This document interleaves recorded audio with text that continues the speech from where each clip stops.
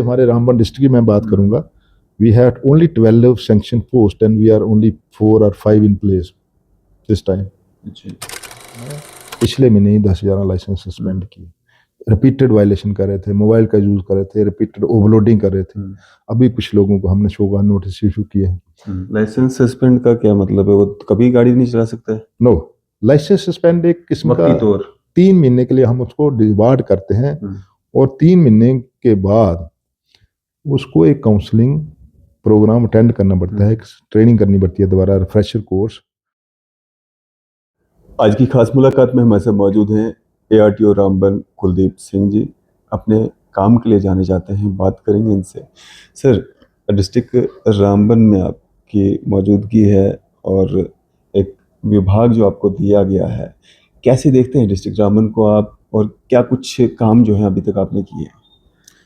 देखिए, motor vehicle department जहाँ पर हमारा काम है registration of motor vehicles, inspection of vehicles, enforcement, road safety के लिहाज से डिफरेंट प्रोग्राम ऑर्गेनाइज करना और जितनी भी गाड़ियाँ हमारे रोड के ऊपर चल रही हैं उनकी मॉनिटरिंग करना, उनसे टैक्स वगैरह जो भी गवर्नमेंट के ड्यूज होते हैं उनको कलेक्ट करना, और कोई भी गाड़ी जो है बगैर किसी कोई अनफिट गाड़ी रोड के ऊपर ना चले और डेफिशिएंट डॉक्यूमेंट्स लेके गाड़ी रोड के ऊपर ना चले।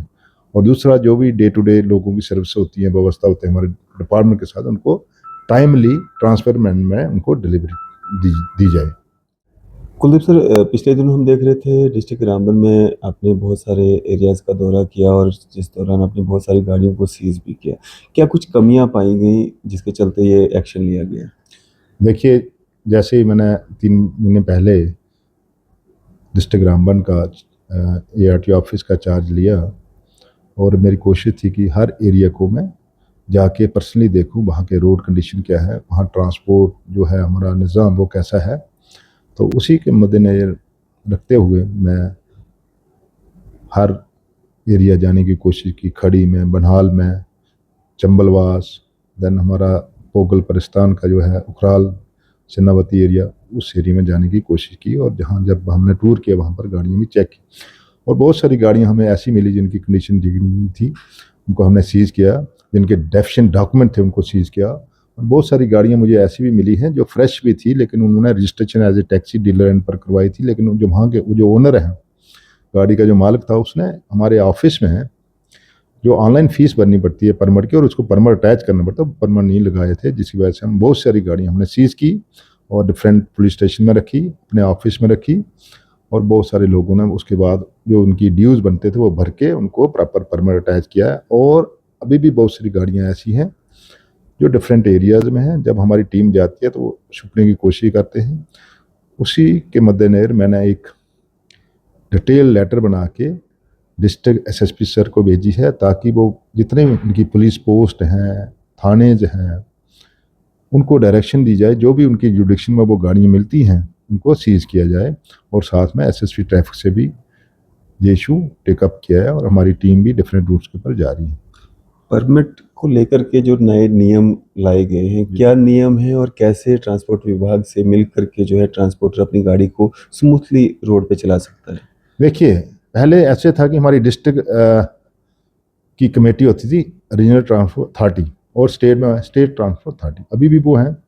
लेकिन गवर्नमेंट ने एक SRO 653 निकाल के उसमें क्या किया गया है, आप टैक्सी डालना चाहते हैं, स्टेट परमिट देना चाहते हैं, तो पहले STA में मीटिंग होती थी, पहले एप्लीकेशन लगती थी, फिर मीटिंग बैठती थी 6-6 महीने, साल 2-2 साल, कई बार मीटिंग नहीं होती थी। और लोगों का जो इमरजेंसी में, टूरिस्ट स्टेट है हमारी, तो इमरजेंसी में कोई गाड़ी डालना चाहता है, बेरोजगार है, कोई टूरिस्ट टैक्सी डालना चाहता है, तो उसको आसानी से परमिट लेने में थोड़ी सी मुश्किलात रहती थी। उसी को मद्देनजर रखते हुए हमारी गवर्नमेंट ने, हमारी यूटी सरकार ने, हमारे ट्रांसपोर्ट विभाग ने, हमारे गवर्नमेंट ने उसमें एक SRO निकाला है SO 653।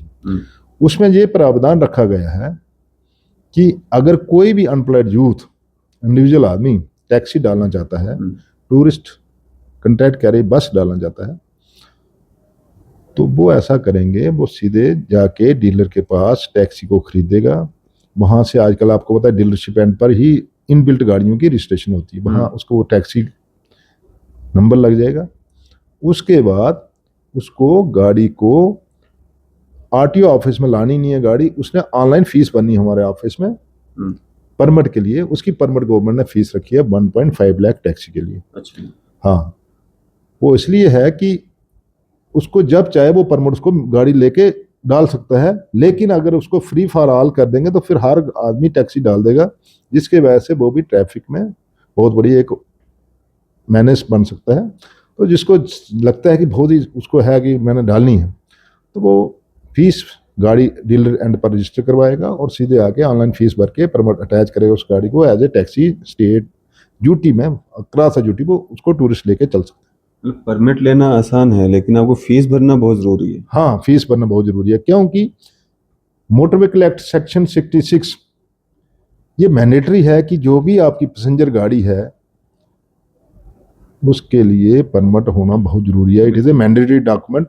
अगर आप परमिट नहीं है तो वो आप you are not following the motor vehicle act and rules frame thereunder to apply that vehicle as a taxi. ये जो गाड़ियां आपने सीज की, जिन्होंने परमिट तो लिया था लेकिन फीस जमा नहीं करवाई थी, जब आपकी उनसे बात हुई, क्या उनको जानकारी पूरी नहीं थी या जानकारी होने के बावजूद उन्होंने फीस जमा नहीं करवाई थी? ऐसा है कि उनको जानकारी पूरी थी, सिर्फ इतना था कि उन्होंने टैक्सी का नंबर लग गया, उन्होंने सोचा अब हमें पीली प्लेट डीलर से मिल गई है, गाड़ी रजिस्टर हो गई है, तो जाने अनजाने वो अपने अपने एरिया में गाड़ियां चला रहे थे और टूरिस्ट उसमें सफ़र कर रहे थे, पैसेंजर उसमें सफ़र कर रहे थे और they were putting the passenger life in risk. क्योंकि जब भी कोई गाड़ी इंसिडेंट कोई एक्सीडेंट हो जाता है, इंसिडेंट हो जाता है तो कंपनसेशन होती है, इंश्योरेंस क्लेम होता है, वो भी नहीं मिलता है। और दूसरा मोटर व्हीकल एक्ट के तहत जो मैंडेटरी रिक्वायरमेंट थी टू बी ए टैक्सी वो भी पूरी नहीं हो रही थी, इसलिए हमने across the district her area में जाके काउंसलिंग भी की है, जितनी भी ट्रांसपोर्ट यूनियन थी उनके साथ मीटिंग की कि कोई भी अनफिट गाड़ी, चाहे पहले का परमिट ही लगा है उसको लेकिन वैलिड नहीं है, टाइमली रिन्यू करवाना परमिट, इंश्योरेंस, फिटनेस या दूसरी जितने भी हमारे डॉक्यूमेंट्स मैंडेटरी डॉक्यूमेंट है वो होना जरूरी है। और दूसरा सेफ स्पीड से गाड़ी चलाएं, टाइमिंग के ऊपर गाड़ी चलाएं। बहुत सारे रूट्स के ऊपर मिनी बसेस का तो हमने टाइम टेबल फिक्स किया है, जहाँ जहाँ कोई इशू थे वहाँ टाइम टेबल रिवाइज किया है और ऐसे हम हर रूट के ऊपर करने जा रहे हैं। कुलदीप जी, आपका जो ऑफिस है डिस्ट्रिक्ट रामबन में, यहाँ पे हम पहले जब आया करते थे काफ़ी ज़्यादा फुटफॉल देखा जाता था। हालांकि जो ऑनलाइन जो काम हुए हैं उसके बावजूद हमें काफ़ी बार यहाँ पे रश देखने को मिला, लेकिन आज ऐसा कुछ है नहीं। कारण क्या है इसका? देखिए, सबसे बड़ी बात है कि बहुत सारी सर्विस हमारी जो है ऑनलाइन हो चुकी हैं और आस्ते आस्ते लोग अवेयर हो चुके हैं कि कैसे सर्विस को डिफरेंट अपने घर से बैठ के कॉमन सर्विस सेंटर से या अपने मोबाइल से, अपने लैपटॉप से, साइबर कैफ़े से, कंप्यूटर सेंटर से आप अपनी सर्विस ऑनलाइन ले सकते हो और दफ्तर आने की कोई ज़रूरत नहीं। 55 सर्विस ऐसी है हमारी जो आप घर बैठे ले सकते हैं, जिसमें 2-3 सर्विस ऑफिस आने की बिल्कुल ज़रूरत नहीं है। बिल्कुल ज़रूरत नहीं है। और दूसरा, जो भी उनके डॉक्यूमेंट है हम स्पीड पोस्ट के थ्रू उनके घर भेज रहे हैं। There is no need to visit. और कुछ डॉक्यूमेंट ऐसे हैं जो ऑनलाइन आप प्रिंट भी ले सकते हैं। आपका परमिट है, ये ऑनलाइन प्रिंट ले सकते हो आप। लोगों की ना एक कंप्लेंट रहती थी कि आरटीओ ऑफिस में चक्कर बहुत लगवाए जाते हैं, कुछ और भी आरोप लगते हैं कि करप्शन जो है वो कहीं ना कहीं होती है। तो देखिए, मैं सीधे बताऊंगा आपको, इसमें मल्टीपल फैक्टर्स हैं, नॉट ए सिंगल फैक्टर। मैं आपको बताऊंगा, जैसे पूरी ड्यूटी की बात करूं तो अबाउट 300 एम्प्लॉई होंगे टॉप से बॉटम तक हमारी पूरी ड्यूटी में है, अबाउट 20 डिस्ट्रिक्ट पूरे विभाग में। हाँ, may be more than 300 but around this. इससे ज़्यादा नहीं। पहले 272 थे या 200 प्लस थे। तो एक हमारी आपको बताऊंगा एक बड़ी सी हाई सेकेंडरी है, उसमें ज़्यादा स्टाफ होगा।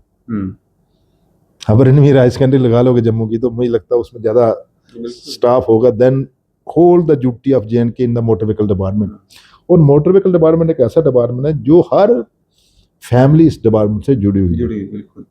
आपने ड्राइविंग लाइसेंस बनाना है, अपना लर्नर बनाना है, आप लोड कैरियर चलाते हैं, आपने उसकी फिटनेस करानी है, रजिस्ट्रेशन करवानी है, रिन्यूअल कराने हैं डॉक्यूमेंट्स, टोकन टैक्स भरना है, टैक्सेस भरने हैं। तो ट्रांसपोर्ट डिपार्टमेंट ऐसा डिपार्टमेंट है, अभी बच्चा पेड में होता है तो उसको ट्रांसपोर्टेशन की जरूरत होती है। बिल्कुल। तो you can see how important this department what. जैसे हमारे रामबन डिस्ट्रिक्ट की मैं बात करूंगा, we had only 12 sanction post and we are only 4 or 5 in place this time. अच्छा। और उसके बावजूद we are giving service across the district. बाकी डिपार्टमेंट को देख लिया, रेवेन्यू डिपार्टमेंट कितने, हर तहसील हेडक्वार्टर के ऊपर तहसीलें कितनी बनी है, कितने तहसीलदार है, कितने नायब तहसीलदार, कितने पटवारी हैं, गिरदावर हैं। रूरल डेवलपमेंट की बात कीजिए, कितने BDOs ब्लॉक ऑफिस हैं, कितने इंस्पेक्टर्स हैं, उनके नीचे कितने BLWs हैं, GRS हैं। तो मोटर व्हीकल डिपार्टमेंट एक ऐसा डिपार्टमेंट है जिसमें कोई भी इसकी एक्सपेंशन, रीऑर्गेनाइजेशन या कुछ भी नहीं हुआ है अभी तक।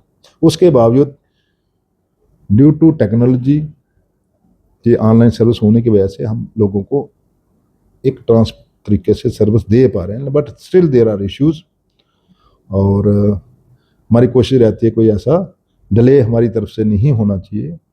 कई बार जब ज़्यादा रश हो जाएगा तो लोगों को नहीं लेना देना, उससे पहले जो सिस्टम था, मैनुअल सिस्टम था, इतनी ज़्यादा फाइलें पाइलअप हो जाती थी।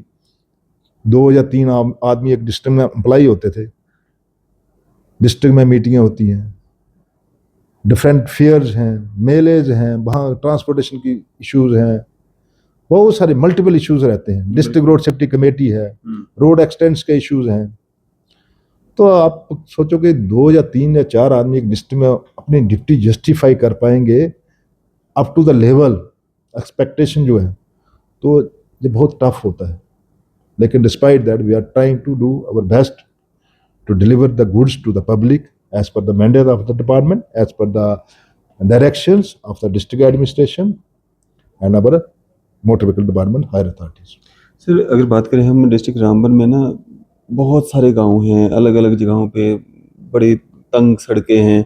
वहाँ पे कुछ कंप्लेंट्स ये भी आती हैं कि गाड़ी मतलब चलाने वाला जो व्यक्ति है, गाड़ी जर्जर हालत में पुरानी गाड़ी है, डॉक्यूमेंट्स एक्सपायर हो चुके हैं, टायर मतलब पूरे उसकी रबड़ या वायर्स बाहर आ चुकी हैं, उस कंडीशन में भी वो गाड़ी चला रहा है। तो वैसे जैसे लोगों के लिए कैसे मतलब एक्शन लेते हैं, या कोई वैसी चीज़ें भी आपके उसमें सामने, और उसके उस इतना कुछ होने के बावजूद फिर ओवरलोडिंग अलग से। बिल्कुल सही बात है आपका, बिल्कुल दुरुस्त कहना। बहुत सारे एरियाज में बहुत सारी गाड़ियां ऐसी हमने पाई हैं और सीज की हैं।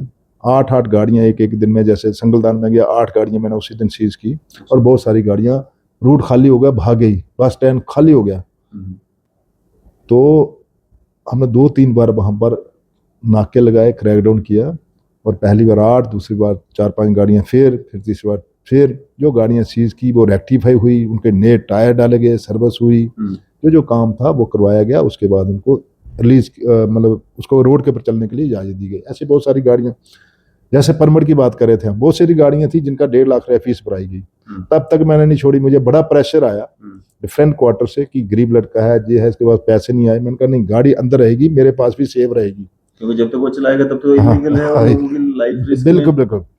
तो कई बार क्या होता है कि नाराजगियां भी झेलनी पड़ती हैं, प्रेशर भी आता है आपको। लेकिन जहां तक रोड सेफ्टी का मसला है, लोगों की लाइफ का मसला है, सेफ्टी का मसला है, उसमें हमें कंप्रोमाइज नहीं करना चाहिए। और हर क्वार्टर से मैं इसके लिए कोऑपरेशन चाहूँगा। और जितनी भी गाड़ियां हमें, मैंने पूरे बस स्टैंड का टूर किया, जितने भी स्टैंड से वहां पर गया, पर्सनली अचानक सरप्राइज विजिट की, उसी वक्त मैंने कागज सीज किए, ये गाड़ी ठीक नहीं है, इसको ठीक करवाई, उसके बाद में गाड़ी रोड पर चलेगी। ऐसे हम इक़दाम उठा रहे हैं और काफ़ी सारा इसमें आई एक्सपेक्ट और आई एम श्योर कि हमने थोड़ा बहुत इसमें सुधार लाया है और विजुअल है। मेरे सबॉर्डिनेट जो थे, एक इंस्पेक्टर, वो कह रहा था सर जो पहले कंडीशन थी बस स्टैंड में जब हम जाते थे या रूट पर जाते थे, आज हमें दिखने को बड़ी रेयर मिलती है। तो I feel good for this. बिल्कुल सर, अगर बात करें हम आने वाले समय में और क्या कुछ बदलाव सोच रहे हैं आप, पाइपलाइन में हैं? देखिए सर, हमारी जुरिडिक्शन में जितना भी आता है, जैसे एक गाड़ी है, वो टाइमली उसके डॉक्यूमेंट रिन्यू हो, टाइमली फिटनेस हो, और एक टाइम के मुताबिक चले, वो टाइम रेशनलाइजेशन करना। जहाँ गाड़ी हंगरी रूट्स हैं वहाँ पर कोई ना कोई गाड़ी दी जाए। जहाँ ओवरलोडिंग है, ज़्यादा ओवरलोडिंग हो रही है, उसमें कोई टाइम जो शेड्यूल है उसमें सुधार किया जाए, कोई और फ्री ऐड किए, वो कोशिश हम कर रहे हैं। तो बहुत सारे काम हैं, जैसे हमारा ड्राइवर हैं जो ट्रांसपोर्टर हैं, उनकी काउंसलिंग करना भी बहुत जरूरी है। उनके माइंड सेट को पढ़ना और उसके बाद उनको रीशेप करना बहुत जरूरी है। इसलिए हमारी कोशिश रहती है जहाँ जहाँ में मैं जाता हूँ उनके साथ बैठ के उनके साथ काउंसलिंग करते हैं उनकी, कि you are not a driver, you have very high status in the society, और आपके ऊपर बहुत बड़ी एक रिस्पॉन्सिबिलिटी है। आप गाड़ी चलाते हो, पीछे अगर 8 सीटर गाड़ी है तो 8 लोगों की फैमिलीज आपके साथ बैठी हुई है। ऐसे बस है 25 सीटर मिनी बस है तो 25 फैमिलीज आपके पीछे बैठी हुई है, और आपने अपनी जाने उनकी जाने आपको सपुर्द की हुई है। तो ये देख के आपने चलना है, कभी भी रैश ड्राइविंग नहीं करनी है, अपनी गाड़ी हमेशा सेफ स्पीड में चलानी है, गाड़ी मेंटेनेंस प्रॉपर तरीके से करके रखनी, चेकअप वीकली करवाना है, डेली रूटीन में होता है वो करवाना है। प्रिवेंटिव मेंटेनेंस बहुत जरूरी है। हमारे मैक्सिमम यहाँ पर क्या है कि ब्रेक डाउन मेंटेनेंस होती है। ब्रेक डाउन मेंटेनेंस का मतलब होता है कि जब गाड़ी में खराबी होगी तभी हम ठीक रहेंगे, दैट इज ब्रेक डाउन। एक होती है प्रिवेंटिव मेंटेनेंस। प्रिवेंटिव मेंटेनेंस होती है जो रूटीन में होती है, डेली क्या चेक करना है आपने, वीकली क्या करना है, मंथली क्या करना है, कब सर्विस करवानी है उसकी, कब मोबाइल चेंज करना है, कभी इंजन ऑयल चेंज करना है, कभी उसके ब्रेक्स चेकअप करवाने हैं, कभी टायर प्रेशर कब होना है, टायर रिप्लेसमेंट कब होनी है, टायर रोटेशन कब होनी है, ये सारी चीजें उनको समझाते हैं। तो मैं कोशिश करता हूँ कि अगर हम 50 लोगों की काउंसलिंग करते हैं उसमें 10 भी अगर लोग उसके ऊपर अमल करना शुरू करेंगे, that will be your achievement. बिल्कुल बिल्कुल। तो 100% तो हम एकदम चेंज नहीं ला सकते हैं, लेकिन it multiply the good things. बिल्कुल सर, क्या एक मैसेज रहेगा डिस्ट्रिक्ट रामबन के लोगों के लिए जो कहीं ना कहीं ट्रांसपोर्ट से जुड़े रहते हैं, चाहे वो प्राइवेट व्हीकल्स हैं चाहे वो कमर्शियल व्हीकल्स हैं, क्या एक मैसेज देना चाहेंगे? सबसे बड़ा मैसेज हमारा यही है कि रोड सेफ्टी, हमारे बहुत हिली रूट हैं, हिली टेरेन्स हैं, और जिस बच्चे को भी आप गाड़ी दें उसको प्रॉपर तरीके से अच्छे ड्राइविंग स्कूल में गाड़ी सिखाएं, ट्रैफिक एजुकेशन प्रॉपर तरीके से प्रोवाइड करें, और उसके बाद प्रॉपर जब उसको ड्राइविंग टेस्ट पास करता है, उसको ड्राइविंग लाइसेंस मिलता है, उसके बाद ही उस बच्चे को गाड़ी चलाने दें, और तब तक उसको पूरी तरह से काउंसलिंग करें, एक सेफ स्पीड में गाड़ी चलाएं, रैश ड्राइविंग ना करें, और जितने भी हमारे ट्रैफिक के कानून हैं, सेफ्टी नॉर्म्स हैं, उनको फॉलो करें। और जितने भी रोड यूजर हैं, हर रोड यूजर अपना अपना फर्ज निभाएगा, एक डिसिप्लिन बेस से गाड़ी चलाएगा, ओवरटेकिंग रॉन्ग नहीं करेंगे, लेन ड्राइविंग करेंगे, कई ऐसी जगह पर गाड़ी ना लगाएं जिसकी वजह से दूसरे लोगों को ऑब्स्टैकल पैदा हो, जिसकी वजह से ट्रैफिक जैमिंग हो, रोड एक्सीडेंट्स हों, वो चीज़ें ना करें। एक अच्छे डिसिप्लिन शहरी के तौर पर हर अपने रोड हैं उसको यूज़ करें। कुछ लोग ओवरलोडिंग करके चलते हैं और उस पे नहले पे धैला फ़ोन कान के साथ लगाते हैं, उसके साथ में वहीं पे नहीं थमते हैं, तो पास लेने के चक्कर में या ओवर स्पीड में चलते हैं, उनके लिए क्या कहना चाहेंगे? इसीलिए हमने इसमें क्या किया, बहुत सारे हमने लाइसेंस भी अभी सस्पेंड किए, जो मैंने आपसे बात नहीं की। अच्छा। जो हैप्चुअल वायलेटर हैं उनके हमने पिछले महीने ही 10,000 लाइसेंस सस्पेंड किए। रिपीटेड वायलेशन कर रहे थे, मोबाइल का यूज़ कर रहे थे, रिपीटेड ओवरलोडिंग कर रहे थे। अभी कुछ लोगों को हमने शोकॉज नोटिस इशू किए हैं, जो रिपीटेड 3 से ज़्यादा बड़े ऑफेंस किए, उनने रिपीटेड ओवरलोडिंग की है, तो उनको हमने शोकॉज नोटिस दिए, उनको परमिट और लाइसेंस हम सस्पेंड करेंगे। और पहले 11 लाइसेंस लोगों के लाइसेंस अभी पिछले महीने सस्पेंड किए। लाइसेंस सस्पेंड का क्या मतलब है? वो कभी गाड़ी नहीं चला सकता है? नो, लाइसेंस सस्पेंड एक किस्म का 3 महीने के लिए हम उसको डिवार्ड करते हैं, और 3 महीने के बाद उसको एक काउंसलिंग प्रोग्राम अटेंड करना पड़ता है, एक ट्रेनिंग करनी पड़ती है दोबारा, रिफ्रेशर कोर्स, उसको जितने भी रूल रेगुलेशन है उसको मेंटली तौर पर काउंसलिंग करती है ड्राइविंग इंस्टीट्यूट में। वो ट्रेनिंग करने के बाद फिर दोबारा लाएगा, 3 महीने के बाद उसको रिवोव करेंगे उसका सस्पेंशन, ताकि उसको एक मौका देंगे, क्योंकि अब हर आदमी का कैंसिल करेंगे तो वो भी ठीक बात नहीं, लेकिन न्याय नहीं है उसके साथ, एक मौका देना जरूरी है। अब यही होता है कि फेटल एक्सीडेंट में इन्वॉल्व हो, उसका हम सीधे लाइसेंस कैंसिल करेंगे, he will be debarred to apply again on road. तो इस 3 महीने गाड़ी नहीं चला सकता है जिसका सस्पेंड हो? बिल्कुल नहीं चला सकता। चलें, शुक्रिया हमसे बातचीत करने के लिए, अपना कीमती समय देने के लिए। थैंक यू साहब, थैंक यू। हमारे से बात कर रहे थे आरटीओ रामबन, बहुत सारी जानकारियां इन्होंने साझा की हैं, और जो भी लोग इस वीडियो को देख रहे हैं ज़्यादा से ज़्यादा इस वीडियो को शेयर भी करें, और जो लोग वायलेशन करने में अपना कुछ बड़ापन मानते हैं या समझते हैं तो उनकी खैर नहीं है, और उनके लिए जो भी प्रावधान रखे गए हैं व्हीकल मोटर व्हीकल डिपार्टमेंट के द्वारा जो भी कानून रखे हैं उनके तहत सख्त से सख्त कार्रवाई जो है वो की जाएगी। आपकी इस सब पे क्या राय है? आप अपनी राय जो है जरूर साझा कीजिएगा। इसी तरह की मज़ीद अपडेट्स के लिए आप देखते रहें न्यूज़ शहर इंडिया।